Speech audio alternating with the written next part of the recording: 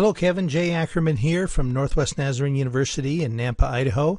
I thought I would offer on this first paper some audio comments. I don't intend to do this on subsequent papers, but on this first one I thought it might be helpful for you to get a better idea of what I mean with some of the comments or some of the items you'll see on your score sheet and how they correlate to your grading rubric key. I also think it's helpful for students to be reminded that I am a real-life person out there. I'm not just some disembodied spirit who is typing text onto the screen in iCampus. So hopefully this is something you'll find helpful along the way. You're a good thinker and you're a good writer. I hope that the comments I share both on the score sheet and then also the examples I provide on the grading rubric key and then the comments I make here will really encourage you and help you on subsequent papers to make improvements. I am fully expectant that I will see marked improvement on your next paper if you'll be attentive to the things that I talk about here. So let's dive into your score sheet and see what I can do to clarify things. Again, your score sheet is found in iCampus, and then obviously you found the link in iCampus to this audio. Your grading rubric key I can't attach as a second document in iCampus, so I'm sending that to you under separate cover via email. Back to your score sheet, some general comments. You are a good writer. You have some good thoughts that you're raising and some important questions, and I want to affirm you for that. You have quite a number of 5s on your score sheet. You did present an issue that I've never seen since I've been using these 20 Qs now for several years. And to be honest, Kevin, I've never seen a student just have this random assortment of questions from various chapters. And if you can avoid doing that in the future, I'd really appreciate it, because then I have to go through and look at your whole document on my screen, figure out which chapters you've covered, which ones you didn't.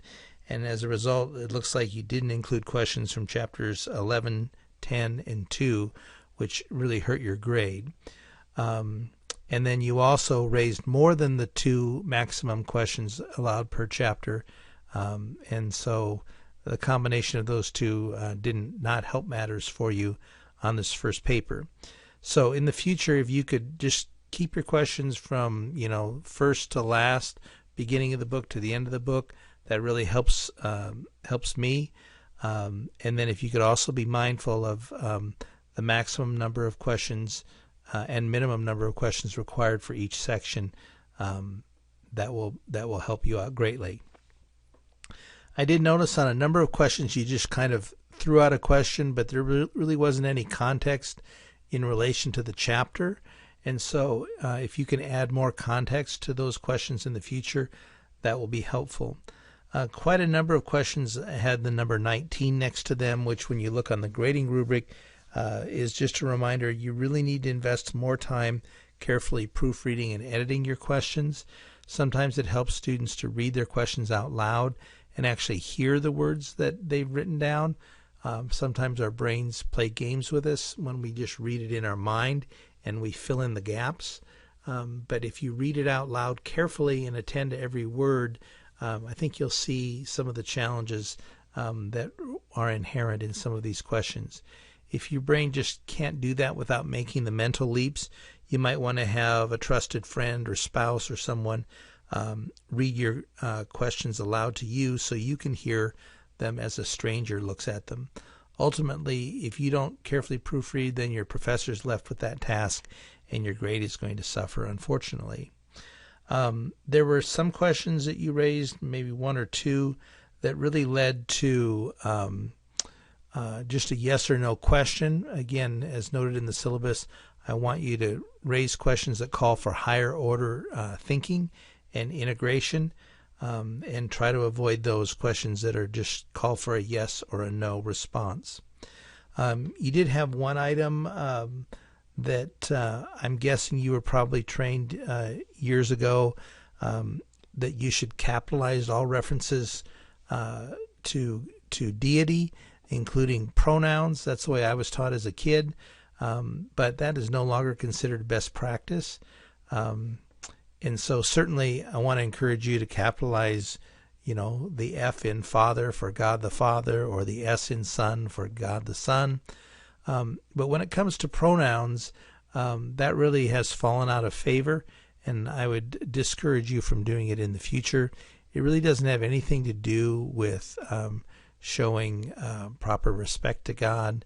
If you'll notice in the New International Version, which has been out for more than 40 years now, and the NIV has not capitalized pronouns in reference to deity from the beginning. Neither did, incidentally, the Hebrew, Aramaic, or Greek. So if you could avoid that in the future with respect to pronouns, I think I know my colleagues later on, if you can learn that now, it'll help you later on with some of my colleagues. Let's see, what other items do I want to touch on here? Remember also with respect to pronouns that if you have a singular pronoun, if you have a singular, it's getting late. Singular pronouns need to be paired up with a singular antecedent, and plural ones likewise. And so I think you'll see what I'm talking about on question number 14 in that regard. Also, you raised one question about how do you balance things, and I want to try to discourage you from using balance type questions in the future. I didn't take any points off for this because it's part of what Mulholland is talking about here, but it really is difficult in theological language to come to grips with acceptable answers related to balance. The same thing's true on the grading rubric number 18. You'll see sometimes students will raise the question, where do you cross the line between A and B? That's really difficult to articulate in any definitive way in theological language. So I would encourage you to avoid those kind of crossing the line questions as well. You didn't do that in this exam, in this particular assignment, but I'm just kind of cluing you in. I think more than anything else, you hurt yourself with those questions missing from 3 chapters. And again, I think if you will just arrange your questions from beginning of the book to the end, that will help you avoid missing a question from any chapter or from providing too many questions from any single chapter. One other note at the bottom of the page, I didn't. The adjustment is for the third chapter missing there. I took off 5 points because of that, but I didn't take any points off because of the bibliographic note. In the future, I really want students to include full bibliographic citation of the text on page 1 of their 20Q paper. So I want you to have last name, comma, first name, period, the title, period, the city, colon, and then the publisher's name, comma, and the date of publication, period. The idea there is to try to help students learn the proper way to cite their books. And you'll need that for your last assignment in this course, and you'll also need it, obviously, in future courses too. So I hope these notes are helpful to you.